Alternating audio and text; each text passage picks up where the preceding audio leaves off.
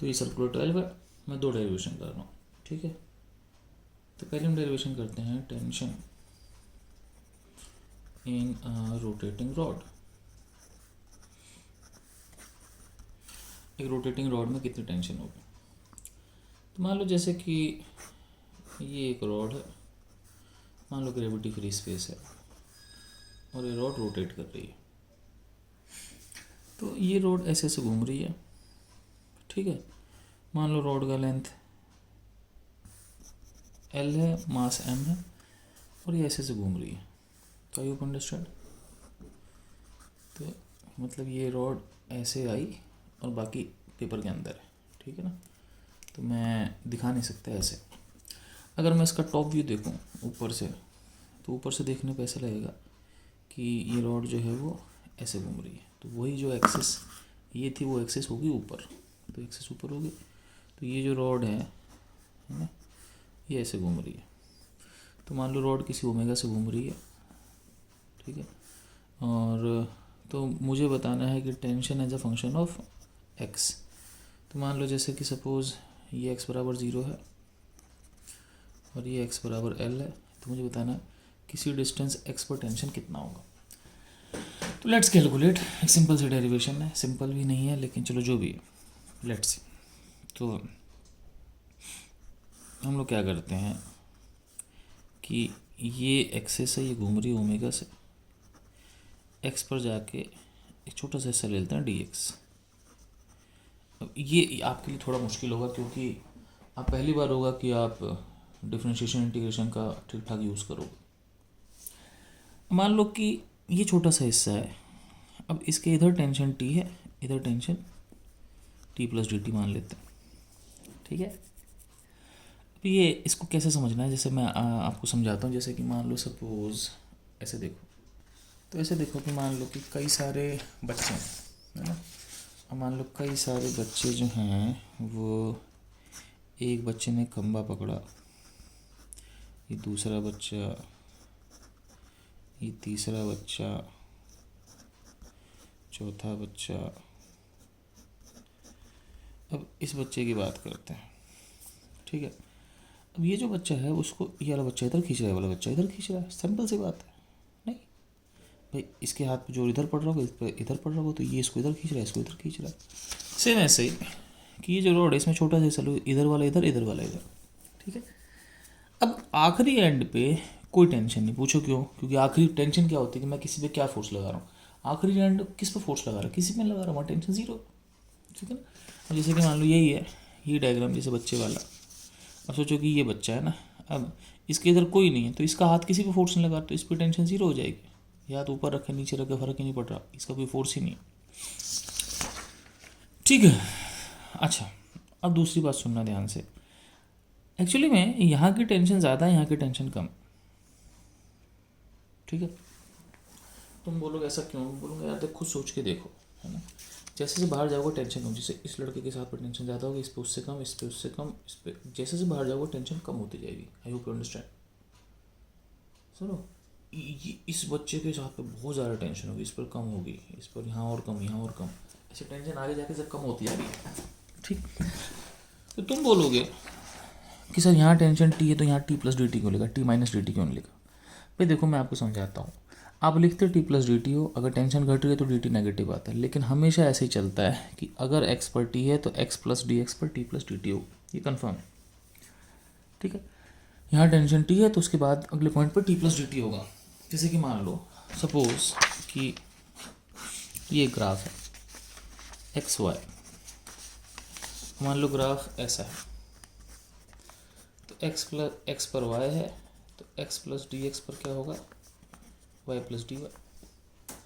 इसीलिए तो इसकी जो स्लोप है ना, tan theta D Y by D X, इसकी स्लोप क्या है, नेगेटिव है। नेगेटिव क्यों है? क्योंकि देखो एक्स पर वाई है, एक्स प्लस डी एक्स पर वाई प्लस डी वाई, ये वाई है, ये वाई प्लस डी वाई है। तो नेचुरल सी बात है, यहाँ पर डी वाई नेगेटिव। जैसे मान लो ये 10 है और ये मान लो 9 है, तो यहाँ पर डी वाई आपके पास -1 हो गया, ठीक है ना। वैसे डी वाई इतना छोटा, इतना बड़ा नहीं होगा, लेकिन मैं बता रहा हूँ कि हम लिखते हैं हमेशा एक्स पर वाई है तो एक्स प्लस डी एक्स पर वाई प्लस डी वाई लिखते हैं। डी वाई नेगेटिव हो सकता है, तभी तो d Y by D x negative आ रहा है, ठीक है। तो लिखते ऐसे ही, भले वैल्यू घटे या वैल्यू बढ़े, ठीक है। तो नो डाउट है कि यहाँ पर जो डी टी है, डी टी इज नेगेटिव होगा, ठीक है। अब डी टी नेगेटिव होगा तो हम चलते हैं आगे। तो अब इस छोटे से भाग की देखो, इस छोटे से भाग का जो मास है जिसको हम डी एम बोल देते हैं वो होगा M by L D X. तुम बोलोगे सर मुझे बिल्कुल समझ नहीं आया कि आपने किया क्या। मैं बोलूँगा समझने की ज़रूरत बिल्कुल नहीं है, ठीक है ना। समझने की जरूरत उसको होती है जिसको समझ नहीं आया, तू तो बहुत समझदार है। चलो देखो बहुत सिंपल है, क्या होता है कि M by L D X कैसे आया भाई, एम मास है इस पूरी रोड का, तो एल लेंथ का मास है, मैं तो 1 मीटर का मास क्या होगा एम बाई एल, और डी एक्स का M by L D X. तुम कहोगे सर मुझे कुछ समझ नहीं आया, मैं बोलूँगा बहुत सिंपल है। सोचो, मान लो एक रॉड है, ठीक है, 10 मीटर की रॉड है, 20 किलो मास है, और आपसे कोई बोल रहा है कि किसी पर्टिकुलर लेंथ का मास पूछ रहा है, तो एम बाई एल हो गया मास पर यूनिट लेंथ, मतलब 1 मीटर का मास 20/10 2 किलो पर मीटर, तो ये है 1 मीटर का मास, ठीक है। तो 1 मीटर का मास 2 किलो है। अब मान लो 2 मीटर का मास पूछे, सिंपल है, 1 मीटर का मास 2 किलो है ना, 2 मीटर का मास 2 × 2 4, 3 मीटर का मास 2 × 3 6, 4 मीटर का मास 2 × 4 8। सिंपल है, देखो अगर आपको 1 मीटर का मास पता है तो जितनी लंबाई का निकालना है उससे मल्टीप्लाई कर दो। तो बेसिकली आप कर क्या रहे हो, आप निकाल रहे हो मास per unit length into length, ये तो कर रहे हो।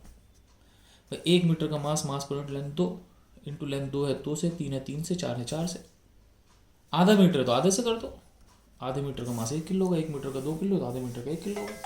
तो बेसिकली करना कुछ नहीं है, m by L into length करनी, ठीक है। तो ये हो गया तेरे पास m by L into d x, ठीक है। अब यहाँ पर सवाल करने के दो तरीके हैं, ठीक है, या तो इसको ग्राउंड फ्रेम से करो और या इसको रोटेटिंग फ्रेम से करो, कैसे भी करो फ़र्क नहीं पड़ता। मान लो मैं दोनों तरीके एक बार कर रहा हूँ, इसके बाद मैं बताऊँगा नहीं मैं कैसे कर रहा हूँ, मैं किसी भी तरीके से कर सकता हूँ।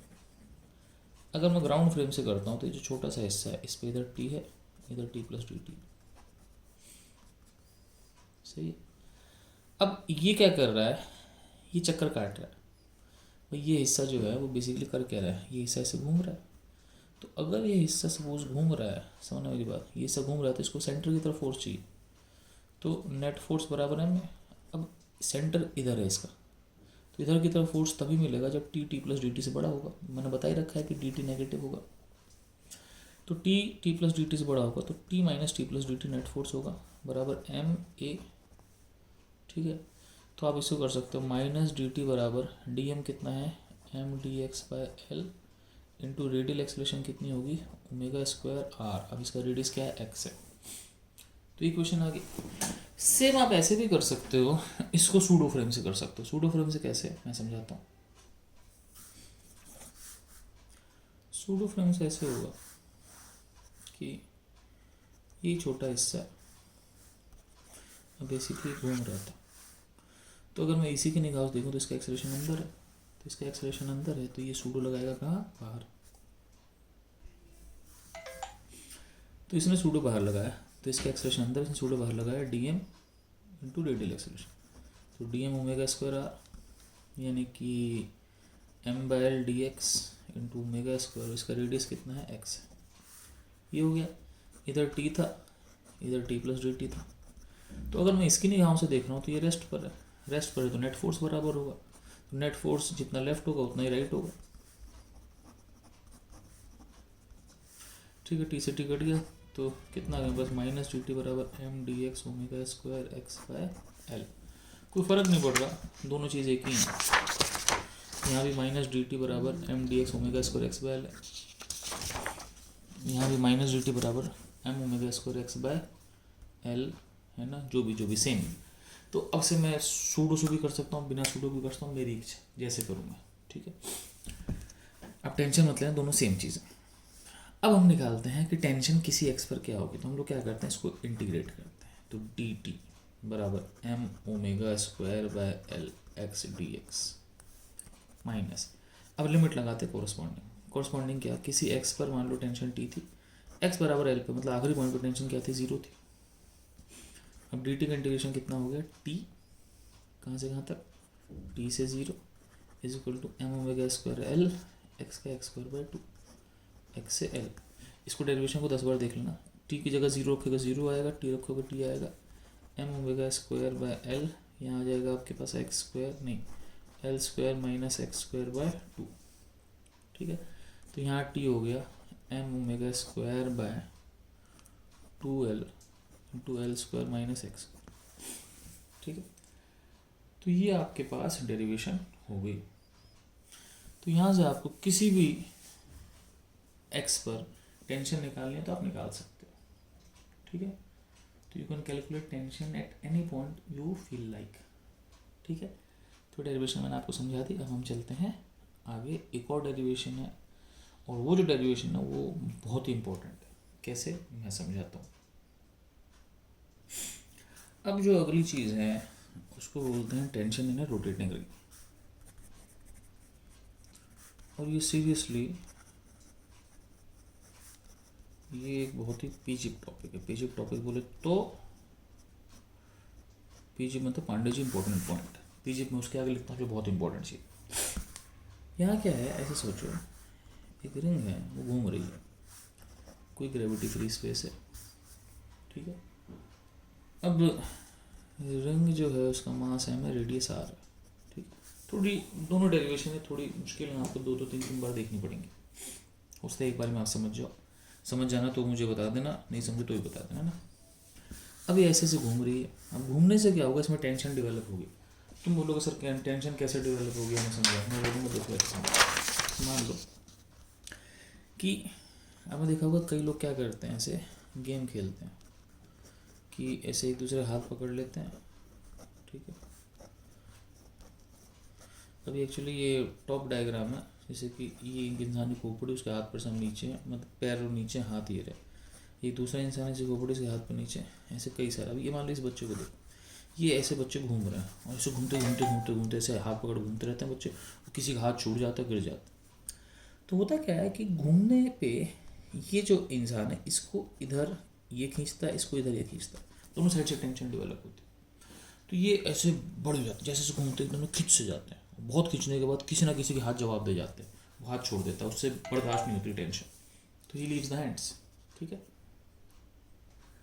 तो ऐसे हाथ खींचते हैं और ये एकदम ऐसे सर्कल बड़ा सा लग जाता है। फिर किसी के हाथ एकदम टूट जाते हैं, मतलब छूट जाते हैं, टूट नहीं जाते, छूट जाते हैं। सेम ऐसा है, ये रिंग बहुत तेज चल रही है तो इसमें क्या टेंशन जनरेट। तुम क्या करते हैं कि रिंग पे बहुत छोटा सा हिस्सा ले लेते हैं। मैं फिर बोल रहा हूँ हिस्सा बहुत छोटा है, मैं दिखा बहुत बड़ा हूँ लेकिन एक्चुअली हिस्सा बहुत छोटा है। तो मान लो हिस्सा बहुत छोटा है, इसका टोटल एंगल जो है सेंटर पे 2d थीटा है, ये सेंटर लाइन है, ठीक है। ये बहुत बड़ा हिस्सा दिखा रहा हूँ, मतलब समझ ये जो लाइन है ना इसमें आ जाएगा ये, ठीक है। अब इसको एक बच्चा से मान लो, तो इधर एक टेंशन है, टेंशन ये टेंजेंशियल डायरेक्शन में है क्योंकि इसका जो दूसरा पार्टिकल है, भाई आप ये सोचो ना कि भाई टेंशन इसको ये वाला पार्टिकल अपनी तरफ खींच रहा है, तो ये टेंजेंशियल फोर्स है। ये वाला पार्टिकल नहीं खींच रहा, तो इधर की तरफ जो फोर्स होगा टेंजेंशियल होगा। चलो जस्ट नेक्स्ट वाला पार्टिकल खींच रहा है, टेंजेंशियल फोर्स। ये वाला खींचता तो टेंजेंशियल नहीं होता। ऐसे इसको इधर वाला खींच रहा है, ये भी टेंजेंशियल फोर्स है, ठीक है। अब क्या हुआ कि इसके पैरेलल एक लाइन बनाए थे, तो ये डी थीटा, ये भी डी थीटा। इसके पैरेलल एक और लाइन बनाया था, ये डी थीटा, ये भी डी थीटा, ठीक है। अब ठीक है, अब एक इसके परपेंडिकुलर लाइन बना देते हैं, तो ये भी डी थीटा, ये भी डी थीटा, ठीक है। फिर देखो मैं इसको फिर दोबारा केवल इसी डायग्राम को बना देता हूँ। वो छोटा सा हिस्सा है, मैं उसको बड़ा करके दिखा रहा हूँ। हिस्सा छोटा है लेकिन मैं दिखा रहा हूँ बड़ा।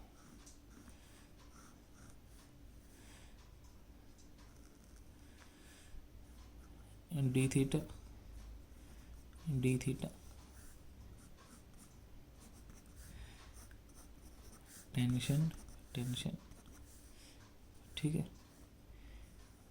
इसके पैरेलल, इसके parallel, D theta, D theta, एक इसके परपेंडिकुलर, एक इसके परपेंडिकुलर, ठीक है। तो ये टेंशन रेडियस के परपेंडिकुलर होगी, क्योंकि टेंजेंशियल डायरेक्शन में। तो d theta 90 minus d theta, फिर ये एंगल भी डी थीटा, और इस तरह से ये एंगल भी डी थीटा। टेंशन ये है। अब क्या हुआ, ये जो छोटा सा हिस्सा है ये घूम रहा है। अब इस पर क्या होगा, टी कॉस डी थीटा यहाँ आ जाएंगे। ये दोनों टी कॉस डी थीटा जो होंगे आपस में कट जाएंगे।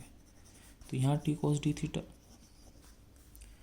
यहाँ भी टी कॉस डी थीटा, ये दोनों आपस में कट गए।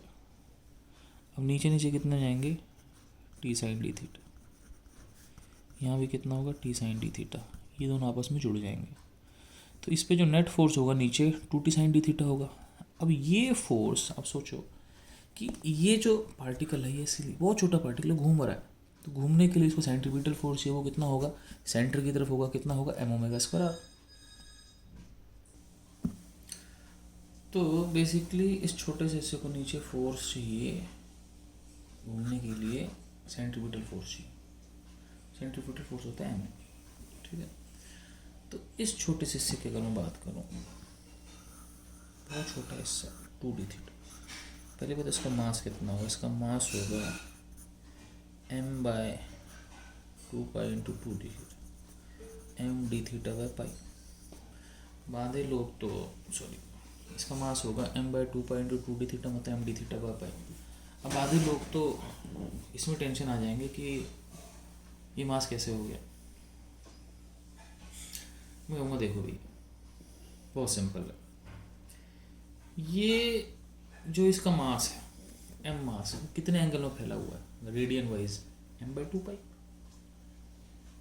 नहीं, तो सॉरी वो एम मास 2 पाई एंगल में फैला हुआ है। अब एम मास फैला हुआ है 2 पाई एंगल में, तो m/2 पाई कुछ नहीं है, मास पर यूनिट एंगल। तो पूरा एम मास 2 पाई एंगल में है, यूनिट एंगल में कितना मास है m/2 पाई।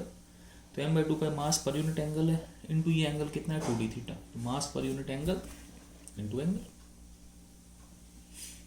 ठीक है। समझ मेरी बात। तो जैसे मान लो है ना, जैसे मान लो जैसे डिग्री की बात, जैसे मान लो कि आपसे बोला है उसका मास 360 डिग्री में m है, टोटल m है, तो 10 डिग्री में कितना होता है। आप बोलोगे देखो यार m मास 360 में है तो 1 डिग्री में होगा m/360, 10 डिग्री में इंटू 10। वैसे यहाँ पे रेडियन में 2 पाई रेडियन में m/2 पाई, और इसका एंगल कितना है 2d theta into 2d theta कर लो, तो ये हो गया m d theta by pi. अब क्या हो गया, इस छोटे से dm हिस्से पे नेट फोर्स बराबर मान, अब इस पर नेट फोर्स कितना हो जाएगा 2t साइन डी थीटा बराबर m ए कितना हो गया आपके पास है ना, एक्सेलरेशन हो गया आपके पास ओमेगा स्क्वायर। तो 2t, अब साइन डी थीटा, साइन छोटा एंगल के लिए साइन थीटा थीटा होता है, तो डी थीटा तो छोटा एंगल है ही, तो 2 डी थीटा बराबर डी एम। अब डी एम कितना निकाला था हमने, m D theta by pi, तो m D theta by pi omega square are, D theta cut गया, टेंशन कितना हो गया M omega square r divide by 2 pi, काम खत्म, ठीक है। तो एक बार आप फिर देखना चाहो फिर देख लो। देखो हमने बहुत छोटा सा हिस्सा लिया, उस छोटे से हिस्से घूमने के लिए चाहिए m omega square r force. आ कहाँ से रहा, इधर टेंशन, और ये एंगल डी थीटा, तो हमने इसके पैरेलल एक लाइन बनाई, ये डी थीटा।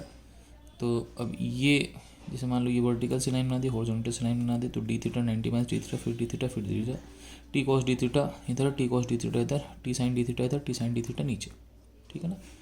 तो नीचे आपके पास जाएगा इसका टी साइन डी थीटा, इसका टी साइन डी थीटा, यहाँ हो गया टी कॉस डी थीटा, थोड़ी लाइन तिरछी है इसके परपेंडिकुलर होनी चाहिए, इधर हो गया टी कॉस डी थीटा, ये कट गया। नीचे होगा 2t साइन थीटा, ये इसको देगा एम ओमेगा स्क्वायर आर। अब बात इसका मास कितना है, मास कैसे निकालोगे भाई, इसका छोटा सा मास होगा, पूरे रिंग का मास जो है, पूरे रिंग का मास है m, वो कितने एंगल में है 2 पाई एंगल में, क्योंकि पूरा पाई होता है, पाई होता है 180 डिग्री, 2 पाई होता है 360 डिग्री, तो m/2 पाई आपके पास हो गया मास per unit angle into angle. अब ये एंगल कितना है 2d थीटा, ठीक है, तो m d theta by pi हो गया। फिर मैंने यहाँ दोबारा बना दिया t cos d theta cut गया, t sine d theta 2t sine d theta नीचे आ गया, तो नेट फोर्स बराबर mass 2t sine d theta equal to mass m d m omega square r. अब यहाँ मेरे पास कितना हो गया साइन डी थीटा, छोटे एंगल के लिए साइन थीटा थीटा होता है, तो 2t D theta is equal to M की डी एम की जगह M D theta by pi into omega square are, D theta cut गया, टी बराबर M omega square R by 2 pi, ये आपके पास फॉर्मूला होगा। ठीक है, तो ये डेरिवेशन कई जगह बहुत काम की होती है या नहीं होती भगवान जाने, लेकिन एग्जैक्टली इसका कोई सीधा रिजल्ट तो बहुत रेयरली आता है, आ भी सकता है, लेकिन यही डेरिवेशन अलग अलग चैप्टर में अलग अलग रूप में होती है। कैसे होती है जब आएगा तब दिखा दूंगा। ठीक है, but these two are a bit difficult derivation in rotation है, इसको आप अच्छे से देखना, पर्टिकुलरली ये डेरिवेशन बहुत जगह काम आएगी। ठीक है, ओके बच्चों बाय। कोई मैं इसमें कोई असाइनमेंट नहीं दे रहा, क्योंकि कोई देने का मतलब नहीं, सीधे वैल्यू फीडिंग है, या चलो एक असाइनमेंट भी दे देते हैं, लेट्स गिव। तो मैं असाइनमेंट लिख देता हूँ 2-3, मान लो पेज नंबर 4, एक रोड है 37 डिग्री के लिए बैंक्ड है, म्यू बराबर मान लो 1 है। ठीक है, और एक कार चल रही है यहाँ पर कहीं, और रेडियस मान लो फिर 10 मीटर है। ठीक है, आपको वी मैक्स और वी मिन बताना है। ठीक है, पहला ये। दूसरा क्वेश्चन, ये एक रोड है, ये घूम रही है, इसका मास 2 किलो है, लेंथ 4 मीटर है। ठीक है, आपको टेंशन मिड पॉइंट बताएंगे। अगर ओमेगा 2 रेडियन पर सेकंड।